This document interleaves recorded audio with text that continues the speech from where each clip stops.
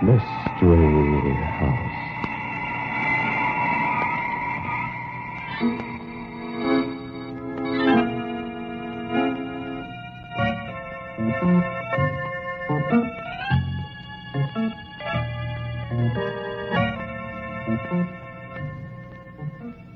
Mystery House, that strange publishing firm owned by Dan and Barbara Glenn, where each new novel is acted out by the Mystery House staff before it is accepted for publication.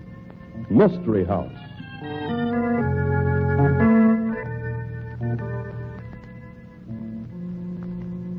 I understand I'm going to be doing a very sinister character in tonight's Mystery House story, Barbie. You can say that again. Gives me the creeps. Complete with Quartet, huh? That's the title. What does it mean? Why, haven't you ever seen advertisements for funeral homes in which the copy listed a price for funeral services complete with Quartet? Oh. Speaking of advertisements. Which is precisely what you're always doing, Tom. Right, Mr. Glenn. And here's a message from our sponsor.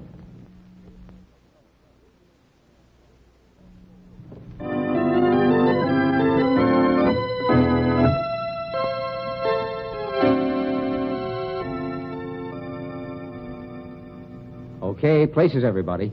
Set the scene, Tom. Complete with Quartet. The scene opens in the reception room of the Renfron Funeral Home. Mr. Renfron, a polished, suave gentleman, has just come in and is greeting the nightman, Harry Canby, who doesn't look too wide awake. Well, did I wake you up, perhaps, Harry? No, boss. I've been awake all the time. You know, some night I will stay on the night shift just to see whether it's possible for you to look any more wide awake in the small hours of blackness than you do in the morning. Any business, Harry? Joe Graben brought in one of his boys. Got hit with an automobile. Hit with an automobile? Yeah. No doubt. Any bullet wounds we must take care of on the corpse? No, this guy was really hit by a car. Straight goods, he says. Straight goods. That would be a refreshing novelty. I suppose Joe wanted the special funeral? The works, he says, even including the Quartet. An excellent customer, Mr. Graben. I wish we had a few more like him, buying in quantity. The body is in the receiving room? Sure. You told me never to monkey with any of Graben's stiffs. Yes, I know. They sometimes require the delicate craftsmanship of a master. Well, let's take a look at this one. It's all right for me to go back with you? Betty ain't here to take over the switchboard yet. She is a little too late too often. Oh, well, I doubt that Joe Graben's working this early in the morning. There will be no calls. Come along. In the receiving room, you said? Yes? Yeah.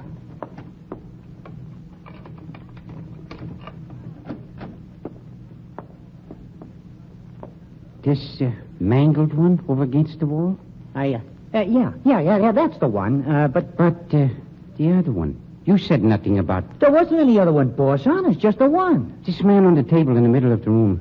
Who is he? Oh, I never seen him before in my life, boss. Honest, Shut up. Stand back. He's been shot through the heart. Murdered, huh? No. He was probably playing with a cap pistol and it went off accidentally. You blundering idiot. Who brought this body in here? Nobody, boss. Well, from the extremely dead look of the gentleman, it's rather obvious that he did not walk in here alone. Somebody brought that body in here last night. You and I. We have the only keys. I don't know a thing about it. I should have known better than to have a stupid, blundering idiot like you on night duty here. What am I going to do with this body? Maybe somebody will come in and claim it. Don't tax my patience, Harry. Are people in the habit of claiming the bodies of murder victims? Would anyone admit bringing it in? No, maybe not at that. Harry, I think we're going to have a very private funeral. Huh? Somebody has entrusted this body to us for burial. Somebody who appreciates our skill and tact. Fortunately, we have another body. Oh, I don't get you, boss. A grave will have to be prepared for the other body. The funeral for Joe Graben's boy will not be until tomorrow. Tonight, we bury the stranger beneath the grave that Joe Graben's late friend will occupy tomorrow.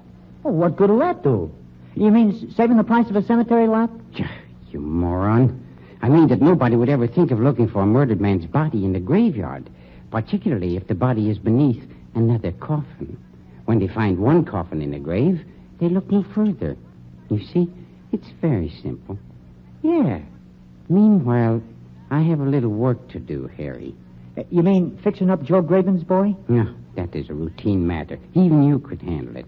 No. I have a much bigger job. What? Determining who gets the bill for the most profitable funeral that we have ever conducted. Huh? Somebody who knows about the work I do for Joe Graben has selected me for the disposal of a body. I have been chosen as a goat. And somebody's going to pay very dearly for that choice, Harry. I'm going to play detective.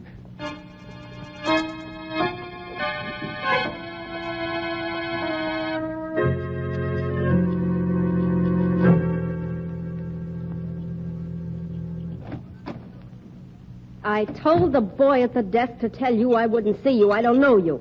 Carl Renfron is the name. Perhaps you've heard of the Renfron Funeral Home, one of the finest in this part of the country. Beautiful chapel, pipe organ, and a special quartet for the deluxe service. What is this, a gag? If it is, it isn't very funny. My business is never very funny, Miss Dare. What do you want of me? You sing in one of Joe Graben's nightclubs, yes? Sure. What of it? I suppose you read in the paper this morning about the disappearance of a handsome young detective. I don't read the papers. Get out of here. His name was Peter Harley, and he was working on a shake-up of the local underworld. How should I know anything about him? You had a date with him last night after your last show. How do you know? That is neither here nor there. You were the last person to see him alive, as far as the police know. The cops? They know I had a date with him? Not yet. They won't know until I tell them. But you said you didn't want to cooperate with me. And so I'll have to tell them, of course. What do you want? Did you kill Peter Harley, Miss Dare? Did I? Hey, what is this anyway? He ain't dead. I would make a substantial wager on that. But you don't think I killed him? I had a date with the guy. If you will pardon my saying so, that hardly eliminates you as a murder suspect. Don't tell me you were madly in love with him. Your kind doesn't fall in love with anything except cash. I don't know whether I ought to tell you what it was all about or not. Then perhaps I'd better go to the police. No, I'll tell you. That's better. He wanted to get some dope on Joe Graben. Said he'd give me $100 for what I could tell him. I didn't plan on really telling him anything. You were interested in the $100? Sure, that's all. Why did you kill him, Miss Dare? I didn't kill him. If anybody killed him... Yes? Nothing. You make it very difficult for me, Miss Dare. The police... Okay. If anybody killed him, it was that new piano player at the club. You seem quite positive. Well, Harley didn't give me the $100. Said I was holding out on him, that if I wasn't careful, he'd have me thrown in the clink, the louse. He said, if there's any tip-off on me, you get it, Marie. Yes? That doesn't seem to prove anything about the piano player. No, he'd been sauntering over to the piano and talking to her all evening. And he had a date with me. She's new in the joint. What's her name? Where can I find her? Her name's Betty Lanning. What? Repeat that, please. Betty Lanning. Why? You want her address? No. I think I can find her without too much trouble. But what makes you think this Betty Lanning had something to do with his death? He left me here at my hotel. I was scared of what he said about the police and me giving a tip-off to Joe Graben. I headed back for the elevator and then ducked out the side door and followed him. I was afraid he was going to tell the cops something about me. Where did he go? Well, he walked up a couple of blocks to a little all-night lunchroom, and Betty Lanning was there waiting for him. Thank you, my dear. You've been of great help to me. Perhaps I will give you the $100 that Peter Harley refused to pay you. Oh, yeah, I just bet. You will come with me. There's a matter of establishing identity of the corpse beyond reasonable doubt. I ain't going anywhere with you. I don't even know you. You will, my dear. Of course, if you prefer to have an introduction through the police. Okay, I'm coming.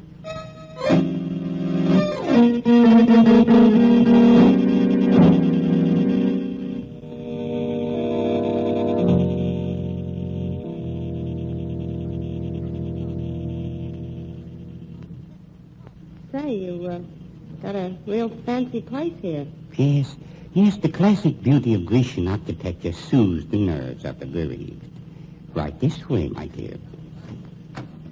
Mr. Graben's been calling you about the body he... Oh? Surprised to see a fellow employee from the nightclub, Betty? Hey, wait a minute. You're the new piano player in the club. How come you're over... You must be mistaken.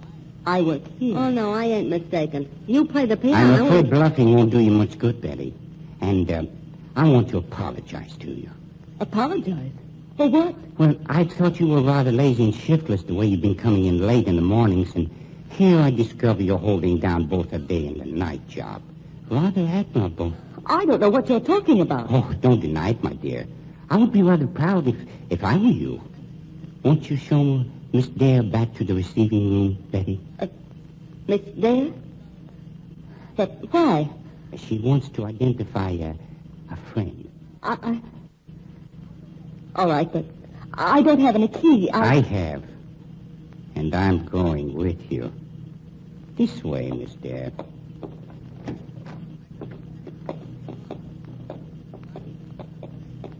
I'm surprised you didn't tell me about your other job, Betty. Just a minute.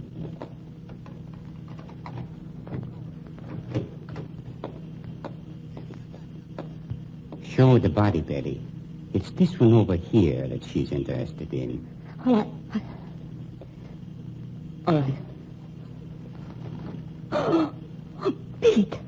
Pete Harley! What have you done to him? You murderer! Ah, so you knew the man, too. You and Miss Dare both. You killed him. You'll never get away with this. I did not kill the man, but I really can't let you run around screaming that I did. You've been working for me and working for Joe Graben. I wonder who else you're working for. What do you mean? I wonder if perhaps you might not be a spy. I wonder if you might not have put this man's body in here. You're insane. A man should know his employees better, Miss Lanning. I really think it's time for us to have a heart-to-heart talk. I've nothing to say to you. I have an idea you'll change your mind about that. Hello. Actually, I'd just as soon you didn't. You'd make such a beautiful corpse. You wouldn't dare kill me. Hey, this is where I leave. I'm sorry, Miss Dare. I'll have to insist that you stay. Has Harry left yet, Miss Lanning? No, he was cleaning the chapel. Oh, fine. I was afraid he might have gone. And he does so want some experience in embalming.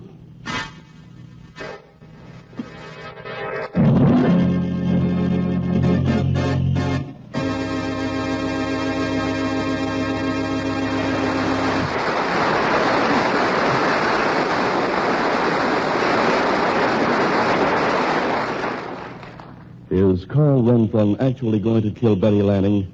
And who killed Peter Harley, the detective? Why was his body left in the Renfron funeral home? We'll find out in the second act of tonight's story. Meanwhile, here's news from your sponsor.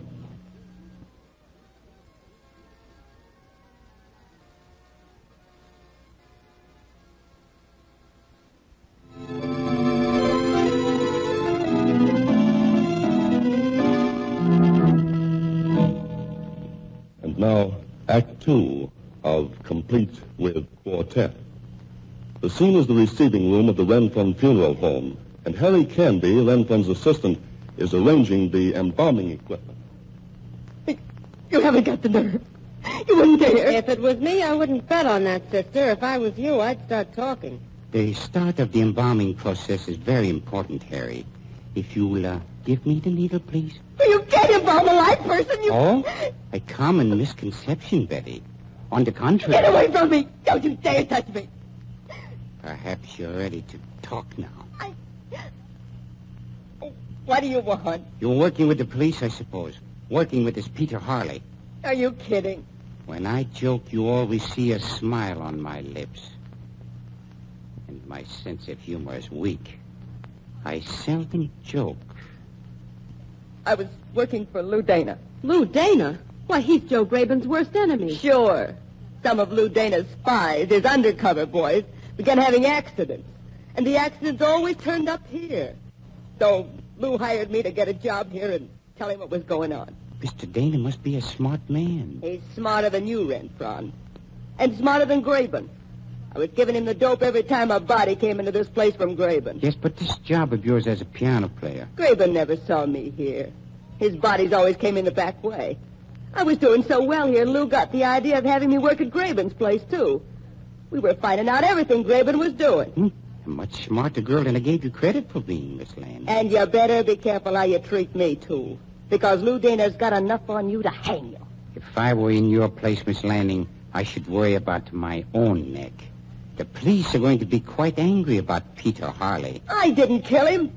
I was giving him all the dope on Graben's mob. The dope about Graben and you. I suppose so. You know, Miss Landing, I find such disloyalty rather distressing. Miss Dare, what would you do if you were I, under such circumstances? You leave me out of this. I ain't playing. I should hate to think that Joe Graben would double-cross me in view of all that I've done for him. I bet Graben bumped off this Harley guy, boss. Well, of course he did. Probably had someone following Peter Harley and me. And when Graben finds out how Betty spilled everything she knew, he has this Harley fella erased. Perhaps you could contribute something to the conversation about now, Miss Dare. I don't think Joe would do a thing like that. Oh, come now, Miss Dare. You told me you followed Harley and saw him meet Miss Lanning. You were angry because he hadn't given you the $100 he had promised. Now, it isn't logical that you would let such an opportunity for revenge pass. So it was you who tipped off Graben, huh? Why, you dirty little... I ain't a stool pigeon or a double-crossing rat like you. Sure, I called Joe. Why wouldn't I? Oh, please, ladies, please. This is hardly the place for such talk. We're in the presence of the dead. You know, Harry, this rather hurts me. Huh?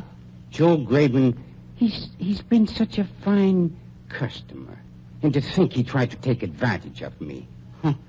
I think we'll have to call him over here and sever business relations.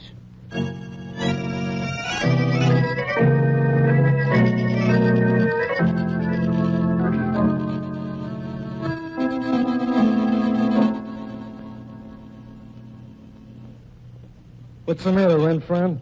Cops making a fuss about the guy I brung in last night? Which one, Mr. Graben? What do you mean, which one? Oh, really, Mr. Graben, you hurt me deeply. I've always endeavored to give you the finest service. Funerals worthy of much finer people than those that you have brought me. Everything has always been conducted on the highest plane, with the finest music, the most excellent caskets, beautiful flowers. Okay, quit selling me. I ain't kicking. I paid you plenty, too. I never beefed on the prices. What's wrong with you? If you wanted a free funeral for one of your victims, why didn't you ask me? I don't like deceit and trickery, Mr. Graben. You're off your nut. I don't know what you're talking about. This extra corpse you slipped in here last night, Mr. Graben. Are you crazy? I brought in one. Harry's seen me. I told him all about it. Wasn't even a hot job. Ah, but the one you brought with him, Mr. Graben. The one you neglected to report. You lie. Please, Mr. Graben. Perhaps you'd like to see him. This way, please.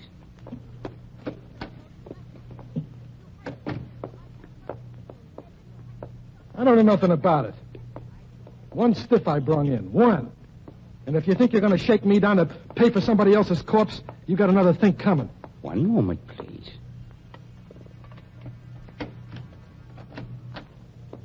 In here.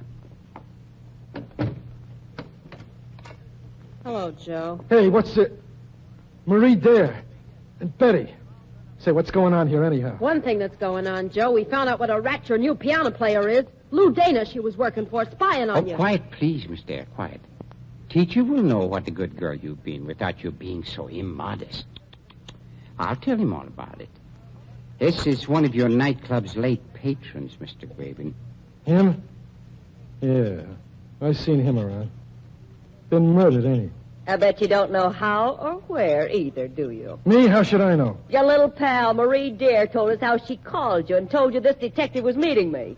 She's put you right on the spot. Huh? I wasn't putting you on any spot, Joe.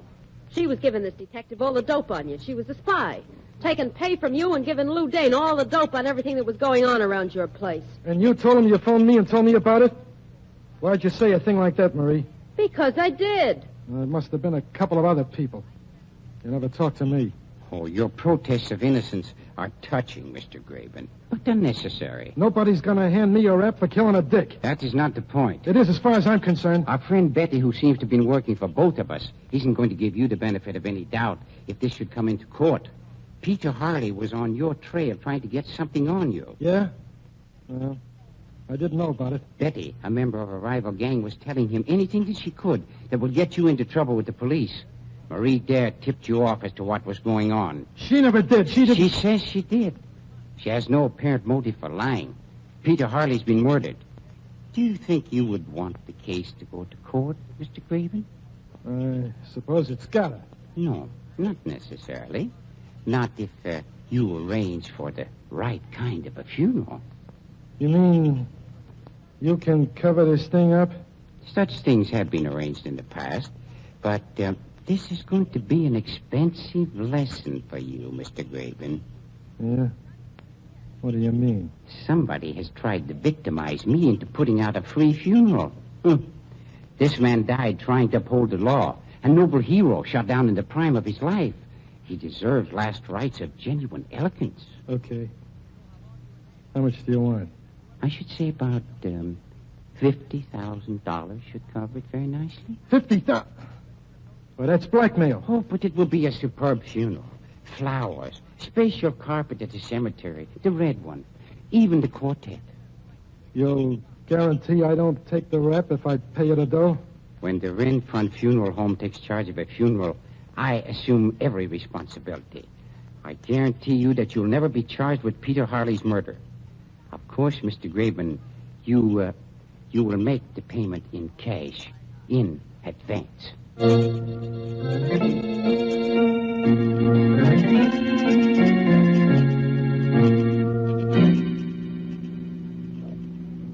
Okay, you got your dough. I guess I can go now. Have you finished counting the money, Harry? Yeah, 50 grand. It's okay. I ain't gonna forget the way you shook me down, Mr. Renfron. No, I don't suppose you will. Give me the money, Harry. Here you are, boss. Thank you, Harry.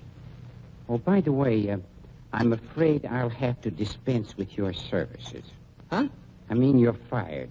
But I ain't done anything, boss. I could hardly have a murderer working for me, Harry. Particularly such a stupid murderer. What do you mean?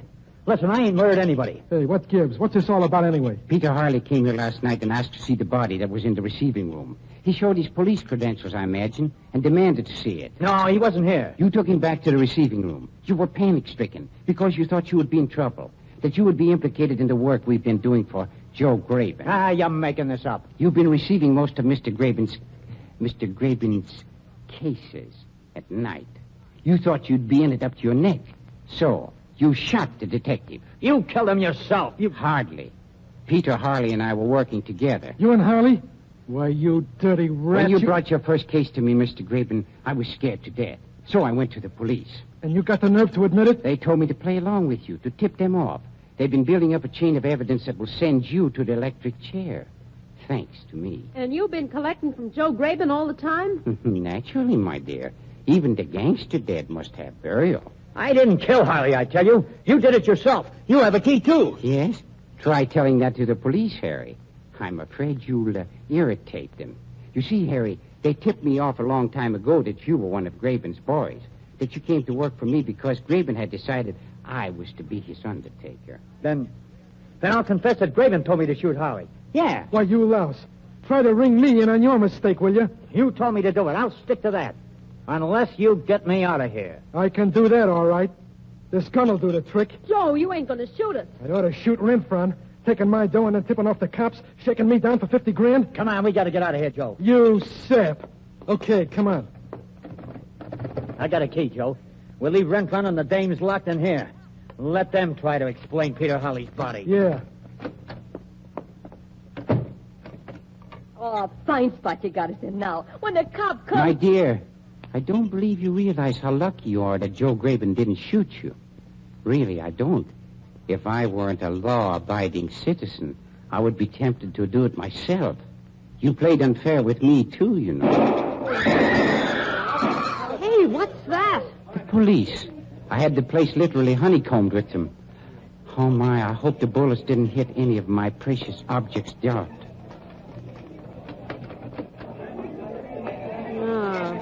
looks like most of them hit Harry and Joe Graben. Yes, the wages of sin. But I suppose I really owe them 3 funerals. Yeah, complete with Quartet.